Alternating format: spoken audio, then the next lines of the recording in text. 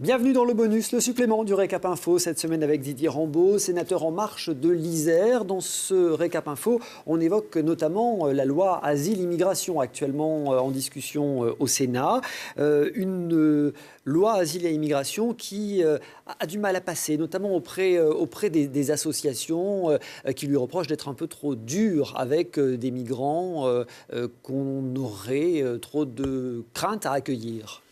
Il y a un équilibre à trouver entre effectivement une nécessaire humanité, je veux dire des milliers d'immigrants qui traversent cette Méditerranée quand on voit ces hommes et femmes noyés, etc. Et puis voilà, on ne peut pas non plus créer un appel d'air, voir tous les pays européens refuser l'entrée de ces migrants. On a vu récemment avec l'Italie. Voilà, il faut aussi un peu de rigueur et humanité, je dirais. Voilà, c'est l'équilibre de cette future loi Asile et Immigration, et en rappelant aussi que nous avons une solution à trouver à l'échelle européenne. Vous nous expliquez dans l'émission que certaines associations instrumentalisent le délit le devoir de solidarité et favorisent implicitement le travail des passeurs. L'objectif de cette loi était effectivement, à travers ce délit de solidarité sur lequel certains ont voulu faire un petit peu de théâtre, c'est effectivement dénoncer effectivement un grand nombre de passeurs professionnels qui mettent en danger ces hommes et femmes et enfants. Ça, c'est scandaleux.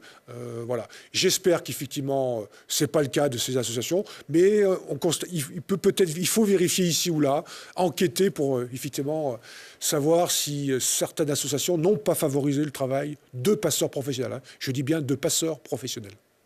Cette question de l'immigration, est-ce que vous ne pensez pas qu'elle marque un petit peu trop, qu'elle phagocyte le prochain grand événement électoral en France et en Europe, les élections européennes l'an prochain? Est-ce que vous n'avez pas peur que ce soit le sujet de cristallisation?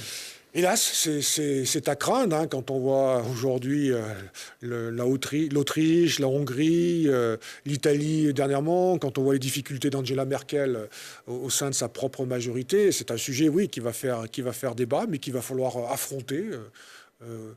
Je dirais chaque pays droit dans les yeux, faisant comprendre que voilà, la fermeture des frontières, malheureusement, c'est impossible. Et donc, voilà, il faut trouver une solution européenne et que chaque pays prenne sa part. Comment l'Europe peut se sortir de ces tiraillements? On sait que l'Autriche, la Pologne sont quand même des pays qui sont arc-boutés sur cette question-là. On ne pourra jamais les convaincre.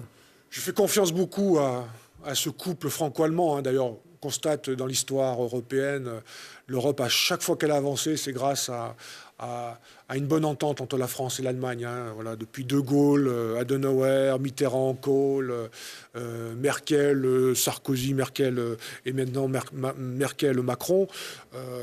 Voilà, ce sont les deux béquilles de l'Europe. On a pu voir ces derniers jours qui se sont ça a un nouveau marché avec cette proposition de création d'un budget européen. Donc, il faudra que sur d'autres sujets aussi, notamment celui de l'immigration, on soit capable de se parler. Je crois beaucoup, effectivement, à ce couple franco-allemand. Pour ces européennes, Emmanuel Macron mise beaucoup sur ces européennes. Il est favorable à une grande liste de rassemblements pro-Europe. À gauche, à droite, enfin des pro-européens. C'est la suite de sa grande stratégie je suis seul face aux extrêmes. Une fois encore, c'est cette capacité à vouloir dépasser les clivages.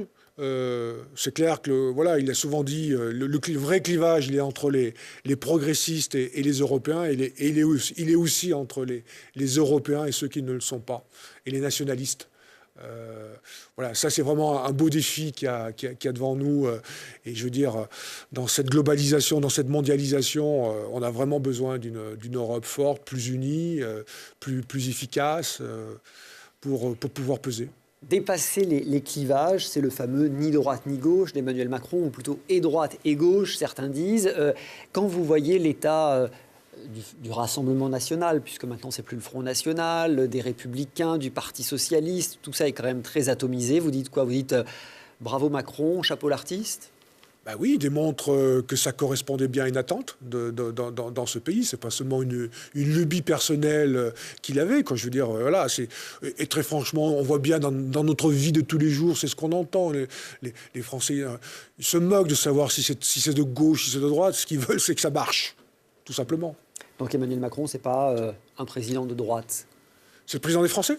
Il est libéral, mais pas de droite, c'est ça?